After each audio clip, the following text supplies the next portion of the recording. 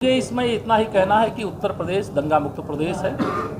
जो दंगाई हैं, जो पत्थरबाज हैं, उनको ये स्पष्ट तौर से समझ लेना चाहिए कि अब उत्तर प्रदेश में अगर दंगा करेंगे तो उनका संरक्षण करने के लिए श्री अखिलेश यादव जी ट्वीट जरूर कर सकते हैं कि पिटाई हो रही दंगाइयों की और पत्थरबाजों की, लेकिन मुझे यह बात जरूर आश्चर्य लगता है कि यह जो दंगाइयों की कहीं पिटाई हुई, पत्थरबाजों की पिटाई हुई, तो श्री अखिलेश यादव जी को यह क्यों नहीं दिखाई दिया कि पुलिस वालों पर किस प्रकार से यह दंगाई हमला कर रहे थे, पत्थरबाज हमला कर रहे थे, उनका भी ध्यान अगर वो रखते।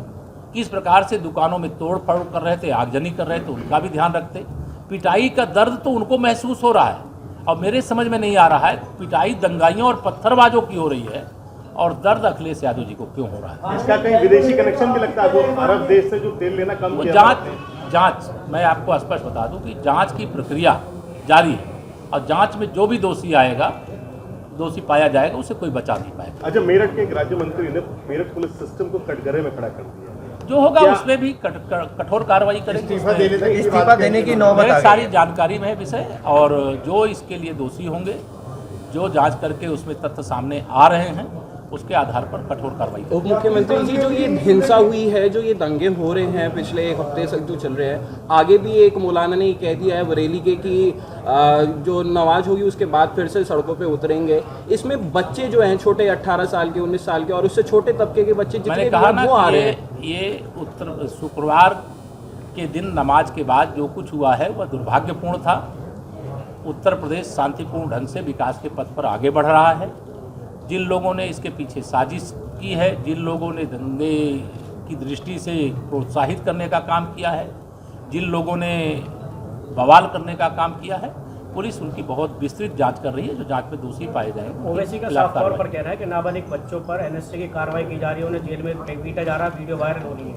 देखिए, ऐसा है कि वो हैदराबाद में बैठे हैं, उत्तर प्रदेश में जो गलत करेगा उसके खिलाफ कार्रवाई होगी, और हमारे मुख्यमंत्री जी ने कहा है कि जो निर्दोष होगा उसे छेड़ेंगे नहीं, जो दोषी होगा उसे छोड़ेंगे नहीं। जो लोग चिन्हित हो रहे हैं वीडियो में, क्या उनके ध्वस्तीकरण की कार्रवाई होगी?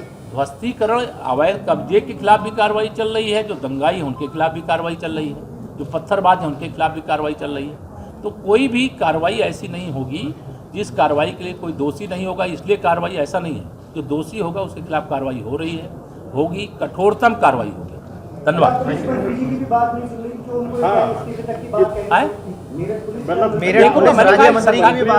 सरकार ने संज्ञान लिया है, गंभीरता से इसको देखो। मेरठ की इस पत्रकार वार्ता में हमारे दोनों अध्यक्ष महानगर और जिला मेरठ के, और हमारे साथ में हमारे प्रदेश सरकार में मंत्री श्री दिनेश जी, हमारे वरिष्ठ विधायक श्री अमित अग्रवाल जी और अन्य साथी यहाँ पर विराजमान हैं। मैं आज आपसे जो चर्चा करने के लिए आया हूँ, विशेष तौर से नेशनल हेराल्ड मामले में कांग्रेस का जो भ्रष्टाचार को संरक्षण देने वाला चरित्र रहा है, जिससे आज़ादी के बाद से लेकर के लंबे समय तक कांग्रेस के शासन के समय भ्रष्टाचार के कारण जिस भारत को पूरी दुनिया में प्रथम स्थान पर होना चाहिए था, पूरी दुनिया के सामने भारत को कमजोर बनाने का काम पहले भी किया जाता रहा है।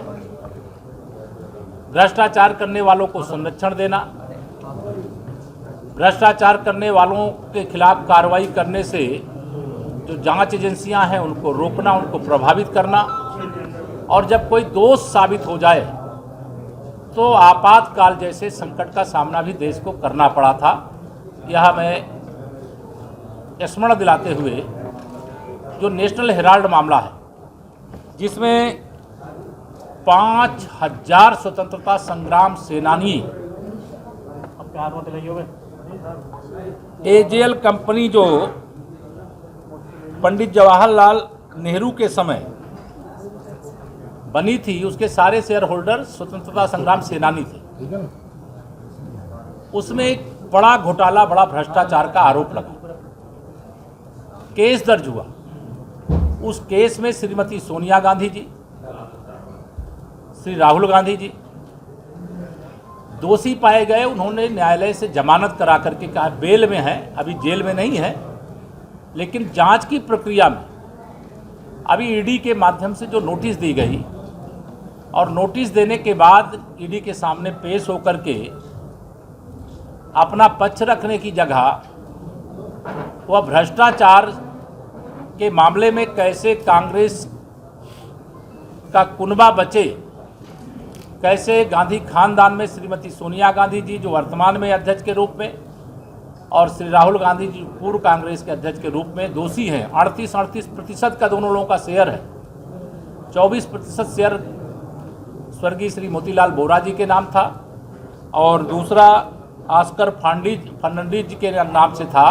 वह 24% उस पर जो नहीं है इस दुनिया में, उन पर मुझे कुछ कहना नहीं है, लेकिन जैसे चोर के दाढ़ी में तिनका होता, आज कांग्रेस की स्थिति यही बन गई है। कांग्रेस एक भ्रष्टाचार के गंभीर मामले में ईडी की नोटिस के बाद वह लगातार एक राजनीतिक रूप देने की कोशिश कर रहे हैं। भ्रष्टाचार का इतना गंभीर केस है और ऐसे केस के मामले में वह बचाव का जो रास्ता और तरीका अपना रहे हैं, मैं निंदा करता हूं। उत्तर प्रदेश की 25 करोड़ जनता की ओर से यह कहना चाहता हूं कि जांच एजेंसियों का कांग्रेस सम्मान करे, कांग्रेस की अध्यक्ष पूर्व अध्यक्ष सम्मान करें। ईडी का जो नोटिस है उसका जवाब दें, बताएं कि इस घोटाले में 38% का यह शेयर श्रीमती सोनिया जी और श्री राहुल गांधी जी के नाम क्यों है। उन 5000 स्वतंत्रता संग्राम सेनानियों के शेयर का क्या हुआ। और यह कंपनी जिसकी लगभग आज की तिथि में ये बताया जाता है कि लगभग 2000 करोड़ इसकी एसेट है, उस 2000 करोड़ के घोटाले का एक गंभीर जब आरोप है तो मैं यह मानता हूं कि ऐसे मामले में कांग्रेस को जवाब देना चाहिए।